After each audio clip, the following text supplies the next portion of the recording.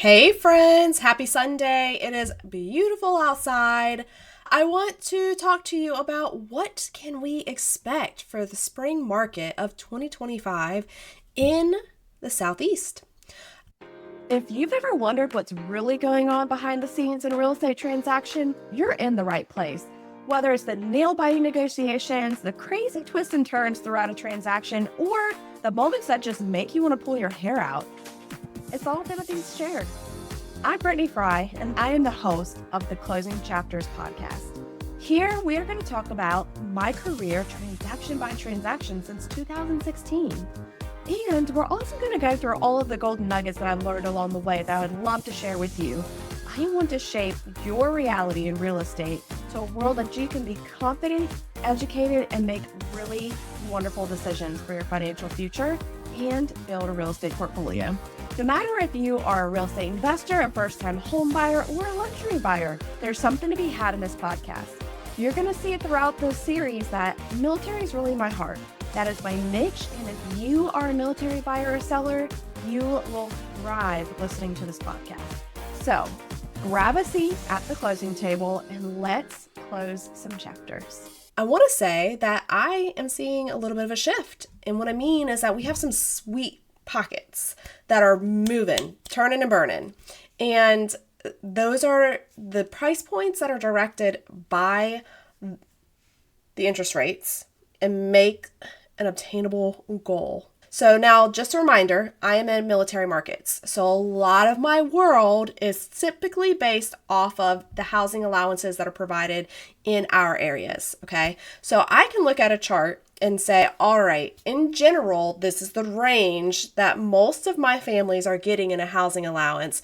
And that's typically what they want their mortgage to be around, like the amount they want to pay for their mortgage.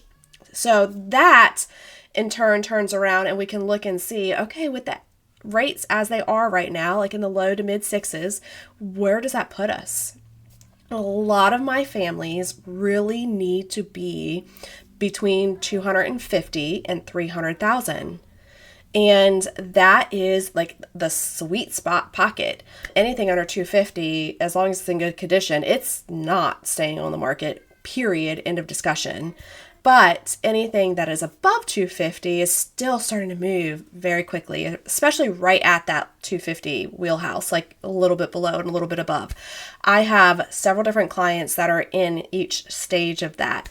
And some of them, we've watched some houses come up. We see where the new construction is available. 270s is typically where it's starting at, is like where we can get a smaller new construction house with a garage in a decent location. So for my folks that need to be under 270, getting a resale property that is in the 250s, give or take, is extremely competitive right now. So 240 to 260, flying off the shelves. And I literally mean flying. I have had the same client, we have lost out on the opportunity to even see two different houses, and both of them were within the day of it being listed that it was gone. Literally one, she sent it to me and I was like on that side of town. So I pulled over and was pulling up my phone and trying to make an appointment because I could see that the house was vacant via the photos. So I was like, okay, maybe I can get an appointment really fast and go over there while I'm right here on this side of town. And sure enough, it changed from the time that she had sent it to me, from the time that I had went back into the system and updated to pending. So we are definitely speeding up a little bit. Now, if you are not priced right and the condition is not there, you're not selling. It doesn't matter, new construction, resale, anything there alike. So there's enough on the market that there's options, especially above like that 275, 300,000 range. And a great example of this, I pass these two new construction houses every single day when I'm driving to Southern Pines. And today I finally looked them up and I was like, why are these still on the market? They have been on the market for a really long time. And they are overpriced. They are just simply overpriced. They're not big houses. They are off of a busy road. And one I think is in 289 and the other one is the low 300s. And I think they're like 1,400 square foot houses. So it's not moving. that's not even like low enough for an investor to snag it and say, sure, I'll turn it into a rental.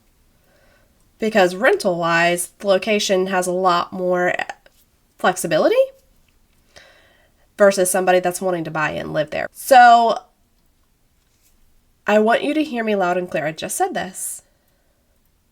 But if you are considering selling this year, in 2025, and you are in the Southeast, so I'm talking like 95 corridor, North Carolina, South Carolina. That's my wheelhouse. We have to prepare our listings like professionals. The house has to be in good condition. It needs to be buttoned up. It needs to have professional photography. And it needs to be priced well.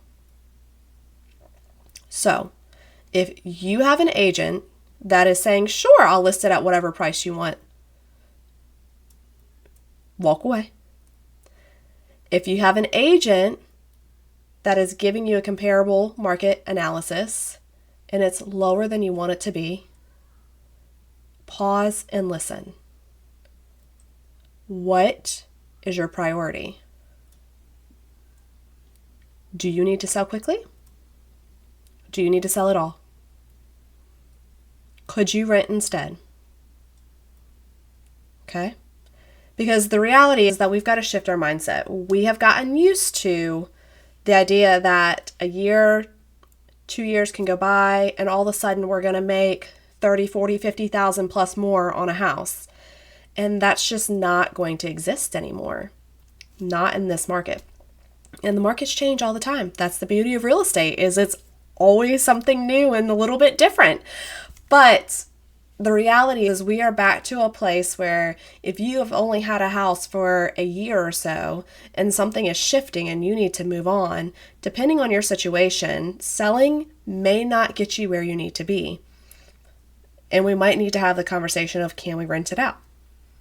Now, with that said, you also have a higher interest rate, and that might be hard because your payment might be inflated to the point where it's not matching the rental market. But we need to have those conversations. My point in saying all that is do not get into a fight or be pushy or negative with your real estate professional if they are telling you that the target price point is lower than where you want to be. I promise you, I don't want to sell a house for less than necessary. It does a couple things. One, I want the market values to stay stable or increase, right? Like we want to keep the values. And the other piece is, if you don't remember, I'm paid by commission. Is my commission bigger or smaller when I sell a house for more? Okay.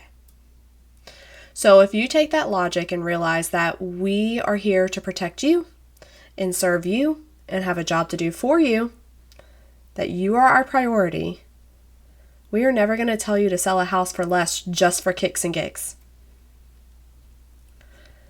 Now, on the buying side, this feels very counterintuitive because it's like, you're telling these sellers they need to be competitive, so that means that I should have all these options.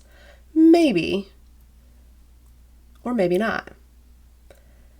Your price point is going to dictate your competitiveness. If you are under $275,000, you are in a competitive bracket. Point blank, end of discussion.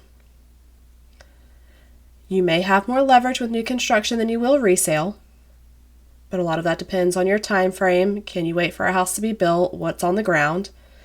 But I can tell you the one builder that I talked to that had a house in the 270s, everything that he already had built at that price point was already sold, and he was pre-selling more of that same floor plan. So the ones that were above that is what was sitting, and those were in the 290s. So it was like either 270 and then jumped to 290. And right now that makes a decent difference on people's payments. So if you are under 275, you are in that competitive bracket. You are going to have to move quickly. You're going to have to understand that you're probably going to miss out on a handful of properties. And it's not that you need to turn to COVID times and do crazy things, but you need to just understand and have that mindset that you can't just sit around and wait for the weekend and hope that it's going to be available next week, because it's probably not. If it's in a good location and in good condition, they're getting snatched up. If you are in the high 2s to the mid 300s, you probably have a week or so to make a decision on something, right? When I was looking at comparables the other day, it looked like the average was about 11 days or so for it to go under contract. And that was tailing right to the off seasons, because when I'm looking at comparables, it's properties that have already closed. In the slower season, in the past couple of months, we've still been seeing a shorter time on the market. Now, the big caveat there too is that it has to be within reason, like your price point has to be within reason. And then once again, the condition and location. So if it is in those 300s and it's not in a favorable location, or the condition's not there, then you probably can play ball a little bit. And then if we're above that, it's going to depend on location and area, right? If you're talking over by Fort Bragg, if we're above 350, probably not that competitive right now, to be honest. But if we come on over to Moore County, 350, extremely competitive. You're not going to simmer down until you get into the 400s before you have more options where things are sitting around and hanging out. Now, I will say that is depicted a little bit by condition and size. I have seen that there are a lot of houses priced that are pretty small and they're priced relatively high, and those are sitting. So people are being more particular about the choices that they're making. So you need to pay attention to that and know where you're at. But this is really why, like, as from the buying side, you really need to be having very specific conversations with your real estate professional, because the location can change everything so much right now. And I'm talking about like a 45-minute difference, and it can make all the difference in the world. I have a house under contract right now at 315 that if you would have put it on the other side in a different county would be probably close to $500,000. It's a big difference. And it's the same thing in South Carolina, right? My Sumter market, we've got options and we're doing okay. Now, the closer that we get to Camden, Northeast Columbia, we're still in a pretty decent competitive market. So once again, our price points are going to dictate that again greatly. And you have a bigger pool of people that you're competing with when we're in these different areas like Columbia or Moore County here in North Carolina.